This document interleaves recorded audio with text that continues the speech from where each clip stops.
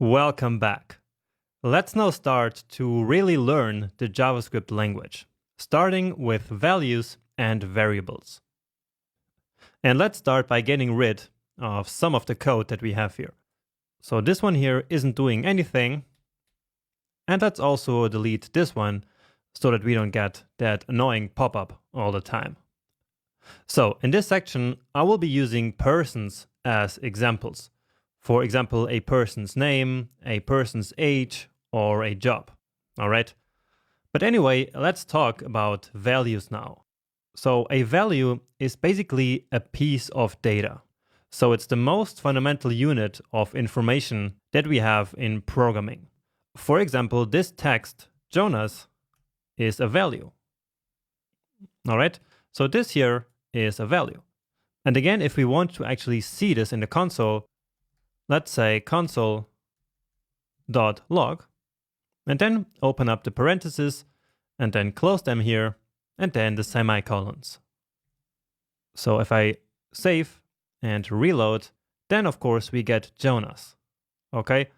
And so Jonas here is the value. Or we can of course have different values. For example here, 23 is the value. Right? And so now we see 23 in the console. And the same is true up here. So in this line of code, where the values are actually 40 and 8 and 23 and 10. So all these four are different values. And then these mathematical operators here join them together to form just one value. And that value is then 61. Okay? And so a value is basically the smallest unit of information that we have in JavaScript. Now, one extremely useful thing that we can do with values is to store them into variables. And so this way, we can reuse them over and over again. For example, we can say let, and then the name of the variable, and then assign a value like Jonas to this variable. Okay, and so what we did here is called declaring a variable. Okay, and so this will actually create a real variable in your computer's memory and will store this value inside of that variable. And actually, that is exactly what we did up here right in the beginning. So here we declared a variable called JS and assigned the value of amazing to that variable, right? And so now it hopefully makes sense to you what we did back then. So I like to imagine a variable like being a box. So in the real world, a box can hold some object, for example, a book, and we can then write a label on the box to describe what's in it. And then we can find the object later when we need it by using that label. And variables actually work in the exact same way. So here, basically, we have a box called first name. And into that box, we put the value of Jonas. And now, if we want to use this value, all we have to do is to basically use this label. Or in other words, this variable name. So first name in this case. And so let's use it actually. And for that, once again, I will use console.log. And you will see me using console.log throughout this entire course, actually. So whenever we need to output something from our code to the browser, we always use console.log like this. And so here, now, instead of passing a literal value like we did here and here and here, now we can pass in, so we can write here the variable name. So first name, okay? And if I save it and reload it, let's see what happens. Indeed, we get Jonas. So from line number 8, and so that's right here. And that means that indeed our variable declaration up here worked. And if we now change this to Bob, let's say, then here we should get Bob, right? And indeed, now it's Bob. Let's put it back. And of course, we can now use this variable name many times. So let's just copy and paste this here a couple of times. and give it a save. And so now we have it 3 times. And that means that whenever JavaScript sees this variable name here, it will basically replace it with the original value that we assigned to the variable. So again, that's Jonas. And this is extremely useful because now if I want to change the first name to something else, I only have to do it in one place. So just here. So let's change it here to Matilda. And if I save it now and reload, of course, it will change in all the 3 places. So this is one of the big advantages of variables. Without variables, I would now have to manually change the value everywhere to Matilda. But like this, everywhere where I reference this variable, it will automatically get changed to Matilda. So that's one of the most important things to keep in mind about variables. Great. And now that we know what a variable is, let's just very quickly talk about conventions and rules for naming variables. Because we shouldn't just give random names to variables. So first, the way that I named this variable here is called camel case. Camel case means that whenever I have multiple words in a variable name, I write the first word with a lowercase and then all the next words with uppercase, like this. So if it was just first, we would write it like this. But if we had more than one word, like first name, person, then you see that all the subsequent words are written with this uppercase letter. And this is kind of a standard in the JavaScript world. But of course, there are other ways of naming variables. For example, we could write first name with an underscore like this. And this is very popular in other languages like Ruby. Or like this, okay? And you can use whatever you like most. Just keep in mind that it's kind of a standard in JavaScript to write variable names like this. So usually whenever you see other people's code, the variables will usually be written using the camel case notation. So that's kind of a convention of how to name variables in JavaScript, but there are also some actual hard rules in JavaScript about how we can name variables. For example, we cannot write something like this, like 3 years, and set it to the value of 3. So this is an illegal variable name, and VS Code actually warns us right away here. And again, that's because this variable name starts with a number. And if we tried to load this in JavaScript, we would get this error. So that's an invalid or unexpected token here.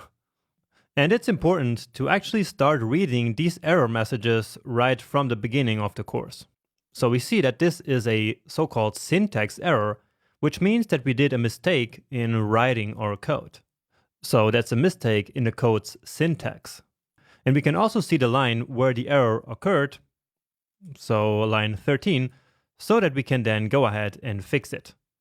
And notice how this error was shown in the console, even though we didn't use console.log in this case. Okay, so we don't need to use console.log for the console to show errors. All the errors that we make will always end up in the console, and also here with this, error icon. Now anyway, back to our naming conventions here. So we already learned that variable names cannot start with a number. And in fact, variable names can only contain numbers, letters, underscores, or the $sign. So for example, if we try to write Jonas and Matilda equals JM, we would once again get a syntax error, right? And this time it's telling us unexpected token end. And again, that's because this symbol here is illegal in variable names. They can only contain numbers, letters, underscores, or the $sign. So this here, for example, would be allowed. So if we reload now, we get no more errors here. Another error might occur when we try to name a variable using a reserved JavaScript keyword. For example, if we did this, so new, for example, set it to 27, then this would also not be allowed. So you see unexpected token new. And that's because new is a reserved keyword in JavaScript, as we will see a little bit later. And the same goes for something like function. So again, unexpected token here. If we wanted to fix that, we could, for example, start this variable name with an underscore or with the $sign. So that's the only two symbols that are allowed besides letters and numbers. Another variable name that's kind of reserved but still actually allowed to use is the word name. So we could do this and it would actually work, but in some cases this creates some problems because again, this is kind of a reserved keyword, but it's still legal to use. But since it is a keyword, never call your variables just name. Okay, that's why I always call them first name like this. Let's actually get rid of this one because we already have first name up there. Now, another convention is that we should not start a variable name with an uppercase letter. So we should not do this. So let person Jonas.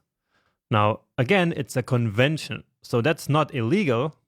It's just that we use this kind of variable names with an uppercase letter for a specific use case in JavaScript, which is object-oriented programming, as we will see later in the course. So for now, never do this, but instead, you should write it like this, with a lowercase letter starting. On the same note, variables that are all in uppercase are reserved for constants that we know will never change. For example, the number pi, which is like 3.1415 and so on and so forth. So we know that this number is never going to change, and so that's a constant, and for that we have a convention of writing it in all uppercase. And VS Code actually marks this variable name with a different color, because it knows about this convention that we use. Of course, you could also write it like this, but then this would be kind of weird actually. So if it's a real constant, write it in uppercase like this. So that's a pretty normal convention there in programming as a whole. Finally, to finish this lecture, let's talk about one final convention, which is to make sure that our variable names are descriptive. And that's very important to write cleaner code. So when you name your variables, it should be really easy to understand exactly what value the variable is holding, just by reading the name of the variable. And that's kind of what we did up here by calling this one first name. But let me show you another example. For example, let's say my first job, programmer, and then my current job, teacher. So this is much better than writing this. So job 1, programmer, and job 2, teacher. So which set of variables do you think is more descriptive? Is it these ones or these ones? And I hope that you agree with me that it's much easier to understand what programmer and teacher are in this case here by simply looking at the variable name. So we know that my first job was programmer and that my current job is teacher. While down here, well, we would simply know that these are two different jobs. We don't know anything about them. And so this approach up here is a lot better. So keep that in mind whenever you write your own variable names. And actually keep all of this in mind that we just talked about for naming your variables. Okay? So just to quickly recap what a variable actually is, it is basically a box into which we can store a value. So we give that box a name, which in this case here is first name, or in this case here, it's my first job, for example. And then into that box with that label, we can store a value, which in this case is this programmer string here. Then later in the code, we can reference that variable over and over again. For example, like this. My first job. And if I save this, then of course, here we see programmer. Once again, you probably saw my code changing here automatically from the single quotes to double quotes, but that is just my automatic formatting doing its work. And now if we wanted to change this here, let's say coder, then it would change across the entire program, and now we get coder here. And that's what variables are all about. They're one of the most important things of programming, and so make sure to really understand them before you move on.